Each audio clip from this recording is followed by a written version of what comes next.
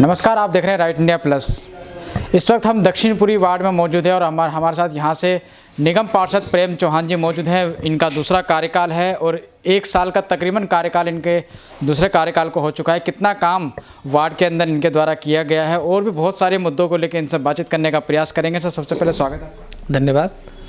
Sir, 1 साल का तकरीबन आपका दूसरे कार्यकाल की शुरुआत हो चुकी है, 1 साल हो चुके हैं आपको, तो कितना काम वार्ड के अंदर आप अपने इस नए कार्यकाल में करते हैं? देखिए, एमसीडी का जो काम होता है वो होता है मूलतः काम देखा जाए तो मेंटेनेंस का, मेंटेन रखना कॉलोनी को। उसमें अगर कोई रोड है तो वो ठीक ठाक रहे, अगर कहीं और पार्क है वो मेंटेन रहे, साफ़ सफाई डेली रूटीन में होती रहे, तो वो सब बहुत बेहतरीन चल रहा है। एक आध छोटे मोटे रोड थे जो पहले से पेंडिंग थे वो बन गए हैं, और कोई बड़े जो पॉलिसी में जो काम होने हैं, जो बड़े लेवल पे काम होने हैं, वो तो अभी सिविक सेंटर से ही होने हैं। जो स्टैंडिंग कमेटी बने, बाकी कमेटियां बने, उसके बाद वो स्टार्ट होंगे।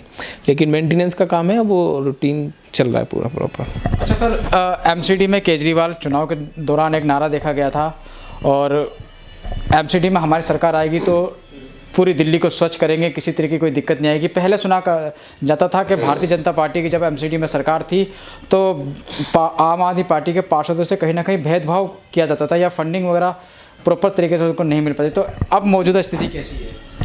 नहीं, ऐसा नहीं है। पहले भी मैं ऐसा तो कभी ना सीएम साहब ने कहा ना हमने कहा। मतलब ये इंटरनल बात हो सकती है कि किसको कौन फंड दे रहा है नहीं दे रहा है, बीजेपी में फंड देती थी नहीं देती थी, लेकिन ऐसी कभी शिकायत हमने कभी नहीं करी कि ऐसा हुआ ऐसा नहीं हुआ। लेकिन मौजूदा स्थिति में सबको फंड मिल रहा है, फंड की कोई कमी नहीं है, क्योंकि पहले फंड बहुत कम मिलता था। इवन ये था कि ईस्ट एमसीडी में 25 लाख रुपए 5-5 साल में लोगों को सिर्फ 25 लाख रुपए में फंड मिला। नॉर्थ में 50 लाख मिला, तो वहाँ बहुत बुरे हालात थे। साउथ तो फिर भी ठीक था उस कंडीशन में, लेकिन आज की डेट में अब तक 75 लाख रुपए एमसीडी के द्वारा उन्हें जारी किए जा चुके हैं कि 75 लाख रुपए तक का आप कोई काम करा सकते हो पूरी दिल्ली के हर एक वार्ड में।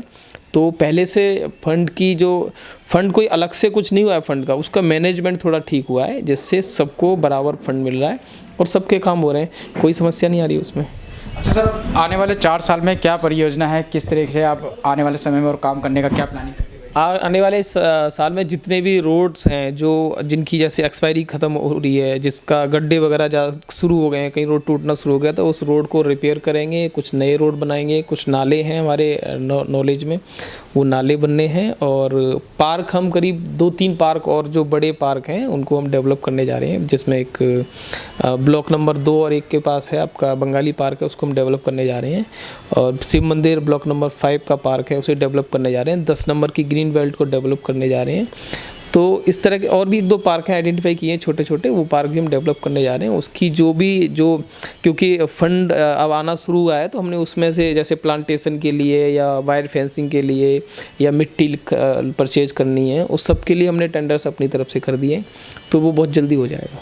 अच्छा सर, जैसे कि दिल्ली सरकार के स्कूल है और सिसोदिया जी ने अच्छी मेहनत दिल्ली सरकार के स्कूलों में करी है, तो प्राइमरी स्कूलों को लेके किस तरह से आप लोग योजना बना रहे हैं? क्योंकि जिस तरह से आपने दिल्ली के बड़े स्कूलों की, सेकेंडरी स्कूलों की अच्छी स्थिति बना रखी है, तो क्या प्राइमरी के लिए भी ऐसी कोई योजना है? सेम योजना है। जो डीओई के स्कूल हैं हमारे, दिल्ली सरकार के जो स्कूल हैं, उसमें जो भी योजना चल रही है वो same as it is MCD के स्कूलों में स्टार्ट करा दी है। आज अब जाके देखेंगे तो वो सर करिकुलम सारा कुछ जितना भी कुछ है सिस्टम, वो सारा कुछ वहाँ पे बदल गया है पहले से, और अब वहाँ पे बहुत ज़्यादा सुधार भी होने लग गया है। और उससे बड़ी बात यह है कि पहले टीचर्स जो हैं धरना देते थे सैलरी के लिए, वो सैलरी उन्हें समय पे मिलना शुरू हो गई है। कर्मचारी धरना देते थे, उनको सैलरी मिलना शुरू हो गई है। और एमसीडी में भी केजरीवाल का मतलब ये है कि एमसीडी में अब कम से कम जो सेवा दे रहे हैं, दिल्ली को जो सेवा कर रहे हैं उन सबको, उनको समय पे वेतन मिले। उनके बच्चों के दूध के लिए तक पैसे नहीं हुआ करते थे बीजेपी के समय में, वो सुधार कहीं ना कहीं अब आया है। और एक बात थी बार बार बीजेपी पक्का नहीं कर रही थी कर्मचारियों को, तो वो भी एक शुरुआत हो गई है। अब तक कोई 6,500 कर्मचारियों को पक्का किया जा चुका है, तो ये एक बड़ी डिमांड थी कर्मचारियों की। और एक बार ये रूटीन शुरू हो गया तो अभी चलता रहेगा।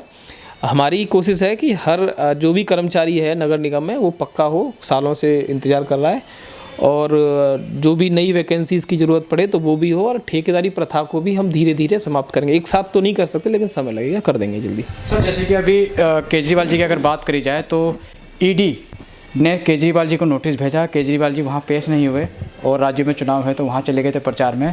तो अगर केजरीवाल जी को ईडी बुला लेती है या गिरफ्तार कर लेती है तो इसका कोई फ़र्क नगर निगम में पड़ेगा? नहीं, फ़र्क तो पड़ेगा, क्योंकि केजरीवाल जी दिल्ली की मतलब जो एक लाडले हैं, दिल्ली वालों ने ही उन्हें, मतलब मैं अगर कहूँ लाडले हैं, चहेते हैं, तो इसमें कोई दो राय नहीं है, क्योंकि दिल्ली वालों ने 3 बार उन्हें मुख्यमंत्री बनाया है। अब ऐसे में अगर उन्हें अरेस्ट करते हैं तो जाहिर सी बात है कि दिल्ली की जनता जो है दुखी होगी, परेशान होगी, लेकिन दिल्ली की जनता के कोई भी काम नहीं रोकेगा, किसी भी तरीके से नहीं रोकेगा। जो काम जैसे चल रहे थे वैसे ही चलेंगे, उसमें कोई कमी नहीं आएगी। और रही बात दूसरी कि ईडी ने बुलाया, सीएम साहब वहाँ ना जाके वहाँ चले गए, तो उसमें कानूनन ही कोई लीगल नोटिस भेजा होगा उन्होंने। हमने भी कानूनन ही जवाब दिया उनको कि भाई कानून के तौर पे हमें स्पष्ट नहीं है इस नोटिस में, तो नोटिस इलीगल है। वो नोटिस उन्होंने वापस कर दिया, उसके साथ चिट्ठी भेज दी, और दोबारा वो जवाब आएगा तो फिर हम देखेंगे दोबारा कि अगर वो ठीक है, सेटिस्फाई है तो जाएंगे, कोई दिक्कत नहीं है। संस्था है, देश की संस्था है, बुला रही है तो जाना तो पड़ेगा और जाएंगे ही, उसमें कोई ना नहीं जाने वाला तो कोई सवाल ही नहीं है, जाएंगे बिल्कुल। लेकिन स्पष्ट तौर पे है वो जो सबको दिख रहा है कि ईडी जो है सिर्फ और सिर्फ बीजेपी का एक चुनावी हथियार है, बीजेपी का एक राजनीतिक हथियार है जिसका इस्तेमाल हो रहा है। आप देखिए मध्य प्रदेश में प्रधानमंत्री पहुंचने से पहले, छत्तीसगढ़ में प्रधानमंत्री सेकंड बाद में जाते हैं, पहले ईडी चली जाती है, ईडी प्रचार शुरू कर देती है, ज़मीन तैयार कर देती है। तो इतना बुरा हाल देश में कभी एजेंसियों का कभी इतना दुरुपयोग नहीं हुआ जितना भाजपा, जितना नरेंद्र मोदी जी कर रहे हैं अभी। सर, सोशल मीडिया पे ईडी का जो फुल फॉर्म दी है, जो मतलब दिया हुआ है कि बीजेपी का इलेक्शन डिपार्टमेंट, क्या मानते हैं? देखिए, कुछ भी कह लो उसमें, वो एक अलग बात है, मैं उसमें टिप्पणी नहीं करूँगा। लोग क्या क्या कह देते हैं, किसको क्या क्या कहते हैं, वो अलग बात है। लेकिन आज की डेट में सोचना चाहिए कि देश की जो संस्थाएं हैं, जिनका वजन है, उनसे अगर इस तरह का खिलवाड़ होगा तो कहीं ना कहीं लोकतंत्र पर बहुत बड़ा ये हमला होगा कि भाई लोग भरोसा ही नहीं करेंगे। काई की ईडी, काई की सीबीआई, काई की पुलिस, काई की एसीबी। तो जब ये इनसे भरोसा उठ जाएगा लोगों को तो कहीं ना कहीं लोकतंत्र कमज़ोर होता है। तो मुझे लगता है कि इनको छोड़ के मोदी जी ने, अगर आप राजनीतिक हो, आप विश्व की सबसे बड़ी पार्टी कहते हो, तो मैदान में आओ, आप जनता को बेहतर सुविधाएँ दो, इतनी सुविधाएं दो, इतना सेवा करो जनता की कि आम आदमी पार्टी, कांग्रेस या कोई भी पार्टी दूर दूर तक नज़र ना आए, पब्लिक भगा दे कि भाई हमारी तो बीजेपी बहुत अच्छी सेवा करती है। लेकिन लोग परेशान हैं, उनको रोज़गार नहीं मिल रहा है, उनके महंगाई इतनी ज़्यादा है, कोई भी चीज़, आटा दाल चीनी कुछ भी खरीद लो, सिलेंडर, हर चीज़ आपने महंगी कर दी है। एक तरफ आप जनता को तंग कर रहे हो, परेशान कर रहे हो, दूसरी तरफ विपक्ष को आप बिल्कुल बंद करके, बिल्कुल उन्हें कमरे में बंद कर देना चाहते हो। तो ये तानाशाही है, लोकतंत्र तो नहीं है। और मुझे लगता है बीजेपी को अगर विपक्ष को ख़त्म करना है तो इसका तरीका ये नहीं है। आप बेहतर काम करो, जनता की अच्छी सेवा करो, जनता खुद ही हमें रिजेक्ट कर देगी। लेकिन ये तरीका नहीं है, जनता में आक्रोश है और जनता इसका जवाब, जो आने वाले चुनाव हैं 5 राज्यों में बीजेपी बुरी तरह से हारने वाली है, उसके बाद लोकसभा में बीजेपी का बहुत बुरा हाल होगा। इतना बुरा हाल होगा कभी नहीं हुआ होगा। सर, आपका बहुत बहुत धन्यवाद, आपने अपने कीमती समय दिया। थैंक यू, धन्यवाद आपको और आपके दर्शकों को, सबको, क्योंकि आपने बीच में शुरू कर दिया था। मैं सबको बहुत बहुत दिवाली की बहुत बहुत शुभकामनाएं। आने वाले जितने भी त्यौहार हैं, छठ की, सबको बहुत बहुत शुभकामनाएं और सब स्वस्थ रहें, मेरी भगवान से प्रार्थनाएं। बहुत बहुत धन्यवाद।